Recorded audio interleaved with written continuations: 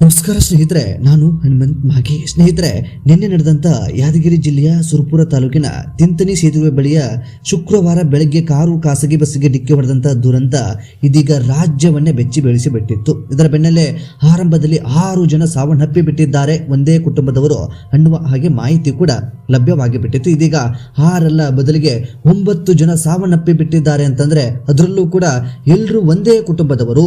ಅಪ್ಪ, ಮಗಳು, ಅಳಿಯ, ಮಕ್ಕಳು, ಮೊಮ್ಮಕ್ಕಳು ಇಂಥವರೇ ಸಾವನ್ನಪ್ಪಿ ಬಿಟ್ಟಿರುವಂತ ಘಟನೆ. ಈ ಘಟನೆಯನ್ನು ನೋಡ್ಬಿಟ್ರೆ ಅಥವಾ ಈ ಘಟನೆಯ ಕಥೆಯನ್ನು ಕೇಳಿಬಿಟ್ರೆ ಎಂತವರಿಗೂ ಕೂಡ ಒಂದು ಕ್ಷಣ ಕಣ್ಣೀರು ಬಂದು ಬಿಡುತ್ತೆ. ಸ್ನೇಹಿತರೆ, ಅಂದ ಹಾಗೆ ನಿನ್ನೆಯ ದುರಂತದ ಕುರಿತಾಗಿ ಈ ಒಂದು ವಿಡಿಯೋದಲ್ಲಿ ಸಂಪೂರ್ಣವಾದಂತ ಮಾಹಿತಿಯನ್ನು ಗಮನಿಸುತ್ತಾ ಹೋಗೋಣ. ಹಾಗಂತೆ ಹೀಗಂತೆ ಅಂತೆ ಕಂತೆಗಳನ್ನೇ ನೀವು ಕೇಳಿದ್ದೀರಿ. ಈಗ ಈ ಘಟನೆಯ ಕುರಿತಾಗಿ ಏನು ನಡೆಯಿತು, ಆ ಸಂದರ್ಭಕ್ಕೆ ಆಗಿರುವಂತದ್ದಾದ್ರೂ ಏನು, ಮತ್ತು ಆ ಕಾರಿನಲ್ಲಿ ಆ ಒಂದು ಸಾವನ್ನಪ್ಪಿರುವಂತ ಕುಟುಂಬದಸ್ಥರು ಯಾರ್ಯಾರು, ಈ ಕುರಿತಾಗಿ ಒಂದಿಷ್ಟು ಮಾಹಿತಿಯನ್ನು ಗಮನಿಸ್ತಾ ಹೋಗೋಣ. ಸಾಧ್ಯವಾದ್ರೆ ವಿಡಿಯೋನ ಕೊನೆವರೆಗೂ ನೋಡಿ. ನೀವೇನಾದ್ರೂ ನಮ್ಮ ಚಾನೆಲ್ನ ಸಬ್ಸ್ಕ್ರೈಬ್ ಮಾಡಿಕೊಳ್ಳದೆ ವಿಡಿಯೋವನ್ನು ಗಮನಿಸ್ತಾ ಇದ್ರೆ ಈ ಕೂಡಲೇ ಸಬ್ಸ್ಕ್ರೈಬ್ ಕೂಡ ಮಾಡಿಕೊಳ್ಳಿ. ಸ್ನೇಹಿತರೆ, ನಿನ್ನೆ ಸಾವನ್ನಪ್ಪಿದಂಥವರು ಅಂತಂದ್ರೆ ಈ ಕಾರ್ ಮತ್ತು ಬಸ್ ಆಕ್ಸಿಡೆಂಟ್ ದುರಂತದಲ್ಲಿ ಸಾವನ್ನಪ್ಪಿದಂಥವರು ಬೇರೆ ಯಾರೂ ಅಲ್ಲ, ಒಂದೇ ಕುಟುಂಬದ 9 ಜನರು. ಶಿರವಾರ ಪಟ್ಟಣ ಪಂಚಾಯತ್ ಸದಸ್ಯ ಕೃಷ್ಣ ನಾಯಕ್ ಅನ್ನುವಂಥ ವ್ಯಕ್ತಿ, ಅವರಿಗೆ 52 ವರ್ಷ. ಅದೇ ರೀತಿಯಾಗಿ ಅವರ ಪತ್ನಿ ಅನಂತಕಲಾ ಅನ್ನುವಂತಾಕೆ, ಜೊತೆಗೆ ಅಳಿಯ ಶರಣಬಸವ ಅನ್ನುವಂಥವರು, ಜೊತೆಗೆ ಮಗಳು ಕೂಡ ಇದರಲ್ಲಿ ಸಾವನ್ನಪ್ಪಿರುವಂಥದ್ದು. ಮಗಳು ನಿಸರ್ಗ ಅನ್ನುವಂಥದ್ದು ಕೂಡ ಇದೀಗ ಸ್ಪಷ್ಟವಾಗಿ ಗೊತ್ತಾಗ್ತಾ ಇರುವಂಥದ್ದು.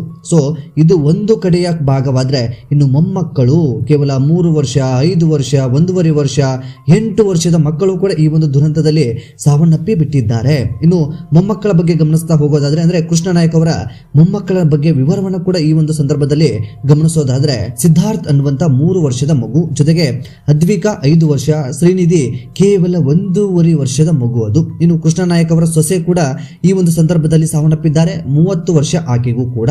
ಇನ್ನು ಅವರ ಮಗ ಚಂದನ್ ಅನ್ನುವಂಥವರು ಕೂಡ ಸಾವನ್ನಪ್ಪಿ ಬಿಟ್ಟಿದ್ದಾರೆ. ಅಂತಂದ್ರೆ ಈ ಶಶಿಕಲಾ ಅವರ ಮಗ 8 ವರ್ಷದ ಆತನು ಕೂಡ ಸಾವನ್ನಪ್ಪಿ ಬಿಟ್ಟಿದ್ದಾನೆ. ಇನ್ನೊಂದು ಮಗು ಕೂಡ ವಿರಾಟ್ ಅನ್ನುವಂತ 10 ವರ್ಷದ ಮಗು ಘಟನೆಯಿಂದ ಬದುಕುಳಿದಿದೆ ಅನ್ನುವಂತ ಮಾಹಿತಿ ಕೂಡ ಗೊತ್ತಾಗಿ ಬಿಟ್ಟಿದೆ. ಒಟ್ಟಾರೆ 10 ಜನ ಆ ಒಂದು ಕಾರಿನಲ್ಲಿ ಹೋಗಿ ಬರ್ತಾ ಇದ್ರು.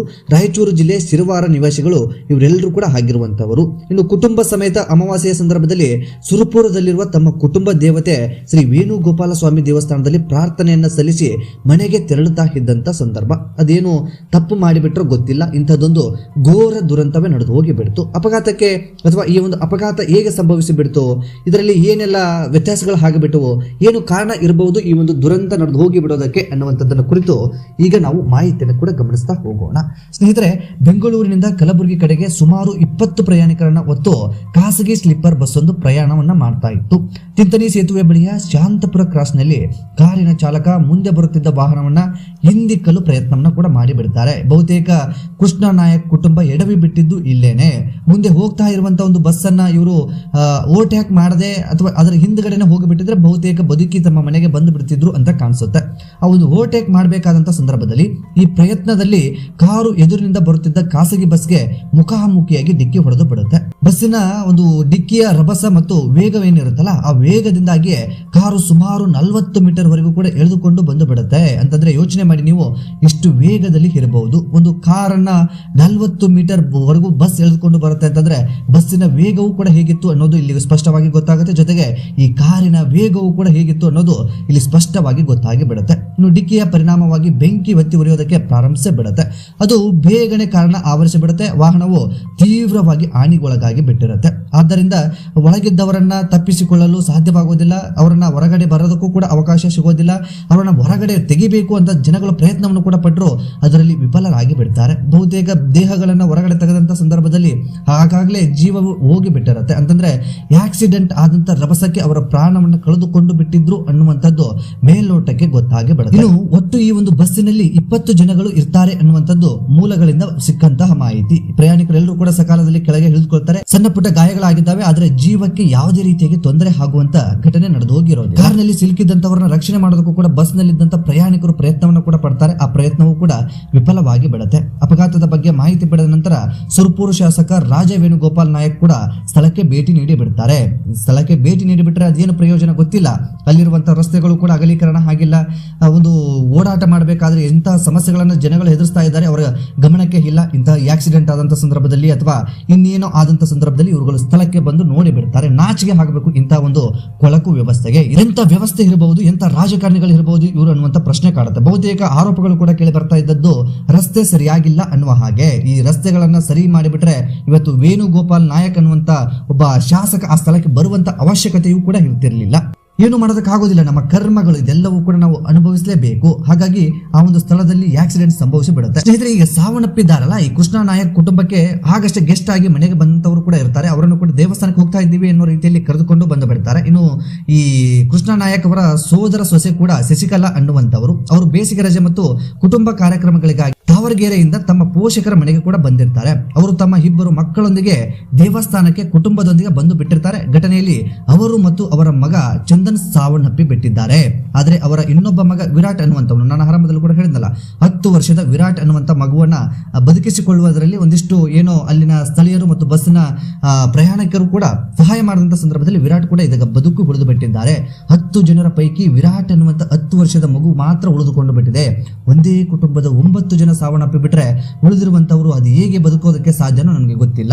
ಕುಟುಂಬವನ್ನ ಕಳೆದುಕೊಂಡಿರುವಂತವರು, ಅದರಲ್ಲೂ ಕೂಡ ಕುಟುಂಬಕ್ಕೆ ಆಶ್ರಯವಾಗಿದ್ದಂತಹ ಇಂತಹ ಒಂದು ಕುಟುಂಬವೇ ನಾಶವಾಗಿ ಹೋಗಿಬಿಟ್ರೆ ಇದೆಂತಹ ದುರಂತ ಅನ್ನುವಂಥದ್ದು ಈ ಸಂದರ್ಭಕ್ಕೆ ಪ್ರಶ್ನೆ ಕಾಡಿಬಿಡುತ್ತೆ. ಇನ್ನು ಕೃಷ್ಣ ನಾಯಕ್ ಅವರ ಹಿನ್ನೆಲೆ ರಾಜಕೀಯಕ್ಕೆ ಪ್ರವೇಶಿಸುವ ಮೊದಲು ಕೃಷ್ಣ ನಾಯಕ್ ರಾಯಚೂರು ಗ್ರಾಮೀಣ ಶಾಸಕ ಬಸನಗೌಡ ದದ್ದಲ್ ಅವರೊಂದಿಗೆ ಸಾರಿಗೆ ಇಲಾಖೆಯಲ್ಲಿ ಬಸ್ ಕಂಡಕ್ಟರ್ ಆಗಿ ಕೂಡ ಕೆಲಸವನ್ನ ಮಾಡಿಕೊಂಡಿದ್ರು. ನಂತರ ಬೇರೆ ಬೇರೆ ರಾಜಕೀಯ ಪಕ್ಷಗಳಲ್ಲಿದ್ರು. ಅವರು ತಮ್ಮ ಸ್ನೇಹವನ್ನು ಉಳಿಸಿಕೊಂಡ್ರು. ಕೃಷ್ಣ ನಾಯಕ್ ಒಂದು ದಶಕಕ್ಕೂ ಹೆಚ್ಚು ಕಾಲ ರಾಜಕೀಯದಲ್ಲಿ ಸಕ್ರಿಯವಾದಂತಹ ವ್ಯಕ್ತಿ ಮತ್ತು ಬಿಜೆಪಿಯಿಂದ 2 ಬಾರಿ ಪಟ್ಟಣ ಪಂಚಾಯತ್ ಸದಸ್ಯ ಕೂಡ ಆಯ್ಕೆ ಆಗಿದ್ರು. ಜೊತೆಗೆ 2018ರಲ್ಲಿ ಎಐಎಂಪಿ ಪಕ್ಷದಿಂದ ವಿಧಾನಸಭಾ ಚುನಾವಣೆಯಲ್ಲಿಯೂ ಕೂಡ ಸ್ಪರ್ಧೆಯನ್ನ ಮಾಡಿದ್ರು. ಸಾರ್ವಜನಿಕ ಕಾರ್ಯಕ್ರಮಗಳಲ್ಲಿ ಸಕ್ರಿಯವಾಗಿ ಭಾಗವಹಿಸ್ತಾ ಇದ್ರು. ಯಾಕೆ ಇವರ ಬಗ್ಗೆ ನಾನು ಮಾತನಾಡ್ತಾ ಇದ್ದೀನಿ ಅಥವಾ ರಾಜಕೀಯ ಬದುಕನ್ನು ಹೇಳ್ತಾ ಇದ್ದೀನಿ ಅಂತಂದ್ರೆ, ಇವರ ಒಂದು ಅವಧಿಯಲ್ಲಿ ಇವರು ರಾಜಕೀಯ ಬಂದಂತ ಸಂದರ್ಭದಲ್ಲಿ ಬಹುತೇಕ ಒಳ್ಳೆಯ ಕೆಲಸಗಳನ್ನ ಮಾಡಿದ್ದಾರೆ ಅನ್ನುವ ಹಾಗೆ ಇವರನ್ನ ನಂಬಿದಂತ ಜನಗಳು ಹೇಳ್ತಾ ಇರುವಂತದ್ದು. ಹಾಗಾಗಿ ಇವರ ಬಗ್ಗೆ ಈ ಒಂದು ವಿವರವನ್ನ ಕೊಡ್ತಾ ಇರುವಂತದ್ದು. ಆದ್ರೆ ಇಲ್ಲಿ ನಾವು ಎಲ್ಲರೂ ಕೂಡ ಗಮನಿಸಲೇಬೇಕು, ಅದೇನೇ ಒಳ್ಳೆ ಕೆಲಸಗಳನ್ನ ಮಾಡ್ಲಿ ಅಥವಾ ಇನ್ನೇನೋ ಮಾಡ್ಲಿ, ಈ ಸಾವು ಅಂತ ಬಂದಂತ ಸಂದರ್ಭದಲ್ಲಿ ಯಾರು ಕೂಡ ಅದರಿಂದ ಬಚಾವಾಗೋದಕ್ಕೆ ಸಾಧ್ಯ ಆಗೋದಿಲ್ಲ. ಎಚ್ಚರಿಕೆಯಿಂದ ಇರಬೇಕಾಗುತ್ತೆ. ಎಚ್ಚರಿಕೆ ತಪ್ಪಿಬಿಟ್ರೆ ಇಂತಹದ್ದೇ ದುರಂತವು ಕೂಡ ಸಂಭವಿಸಿ ಹೋಗಿ ಬಿಡುತ್ತೆ. ಒಟ್ಟಾರೆಯಾಗಿ ನಿನ್ನೆ ನಡೆದಂತಹ ದುರಂತದಲ್ಲಿ 9 ಜನಗಳು ಕೂಡ ಸಾವನ್ನಪ್ಪಿ ಬಿಟ್ಟಿದ್ದಾರೆ. ಇಂಥದ್ದೊಂದು ಹೃದಯ ವಿದ್ರಾವಕ ಘಟನೆ ನಡೆದು ಹೋಗಿಬಿಟ್ಟಿದೆ. ಅದರಲ್ಲೂ ಯಾವುದೋ ರಾಜ್ಯದಲ್ಲಿ ಅಥವಾ ಇನ್ಯಾವುದೋ ಪ್ರದೇಶದಲ್ಲಿ ನಡೆದಂಥದ್ದಲ್ಲ, ನಮ್ಮದೇ ರಾಜ್ಯದಲ್ಲಿ ಇಂಥದ್ದೊಂದು ದೇವಸ್ಥಾನಕ್ಕೆ ಹೋಗಿ ಬರಬೇಕಾದ್ರೆ ಇಂಥ ಘಟನೆಗಳು ನಡೆದು ಹೋಗ್ಬಿಡ್ತಾವೆ ಅಂತಂದ್ರೆ ಬಹುತೇಕ ಯಾರು ಕೂಡ ಏನು ಇದ್ರ ಬಗ್ಗೆ ಯೋಚನೆ ಮಾಡಬೇಕು ಅನ್ನುವಂಥದ್ದು ಪ್ರಶ್ನೆ ಕಾಡಿ ಬೀಳುತ್ತೆ. ದೇವಸ್ಥಾನಕ್ಕೆ ಬಹುತೇಕ ನಾವೆಲ್ಲರೂ ಕೂಡ ಹೋಗೋದು ಏನಕ್ಕೆ? ನಮಗೆ ದೇವರು ಮುಂದೆ ಚೆನ್ನಾಗಿಟ್ಟಿರಲಿ, ಒಳ್ಳೇದಾಗ್ಲಿ ಅನ್ನುವಂಥದ್ದನ್ನ ಕೇಳಿಕೊಂಡು ಬರೋದಕ್ಕೆ. ನಮ್ಮ ಭವಿಷ್ಯ ಚೆನ್ನಾಗಿರಲಿ, ನಮ್ಮ ಮಕ್ಕಳ ಭವಿಷ್ಯ ಚೆನ್ನಾಗಿರಲಿ, ನಮ್ಮ ಒಂದು ಕುಟುಂಬ ಎಲ್ಲವೂ ಕೂಡ ಆರೋಗ್ಯಯುಕ್ತವಾಗಿ ಇರಲಿ ಅನ್ನುವ ರೀತಿಯಲ್ಲಿ ಕೇಳಿಕೊಂಡು ಬರೋದಕ್ಕೆ ಹೋಗ್ತಾರೆ. ಆದ್ರೆ ದೇವಸ್ಥಾನಕ್ಕೆ ಹೋಗಿ ಬರಬೇಕಾದಂತ ಸಂದರ್ಭದಲ್ಲಿ ಈ ರೀತಿಯಾಗಿ ದುರಂತವೇ ನಡೆದು ಹೋಗ್ಬಿಟ್ರೆ ಇನ್ಯಾರ ಬಳಿಗೆ ಏನು ಕೇಳೋದು ಅನ್ನುವಂತ ಪ್ರಶ್ನೆ ಈ ಸಂದರ್ಭಕ್ಕೆ ಕಾಡಿ ಬೀಳುತ್ತೆ. ಒಟ್ಟಾರೆಯಾಗಿ ಈ ದುರಂತ ಇಡೀ ರಾಜ್ಯವನ್ನೇ ಒಂದು ಕ್ಷಣ ಕಣ್ಣೀರಿನಲ್ಲಿ ಮುಳುಗಿಸಿ ಬಿಟ್ಟಿದೆ ಅಂತ ಹೇಳಿದ್ರು ಕೂಡ ತಪ್ಪಾಗ್ಲಿಕ್ಕಿಲ್ಲ. ಸೊ ಈ ಕುರಿತಾಗಿ ನಿಮ್ಮ ಅನಿಸಿಕೆ ಏನು ಎಂಬುದನ್ನ ಕಾಮೆಂಟ್ ಬಾಕ್ಸ್ ಅಲ್ಲಿ ಮೆನ್ಷನ್ ಮಾಡಿ. ಸ್ನೇಹಿತರೆ, ನೀವೇನಾದ್ರೂ ನಮ್ಮ ಚಾನೆಲ್ನ ಸಬ್ಸ್ಕ್ರೈಬ್ ಮಾಡಿಕೊಳ್ಳದೆ ವಿಡಿಯೋವನ್ನು ಗಮನಿಸಿದ್ರೆ ಈ ಕೂಡಲೇ ಸಬ್ಸ್ಕ್ರೈಬ್ ಮಾಡಿ ಹಾಗೂ ಬೆಲ್ ಐಕನ್ ಕೂಡ ಕ್ಲಿಕ್ ಮಾಡಿಕೊಳ್ಳಿ. ಮತ್ತೆ ಮುಂದಿನ ವಿಡಿಯೋದಲ್ಲಿ ಸಿಗೋಣ. ನಮಸ್ಕಾರ.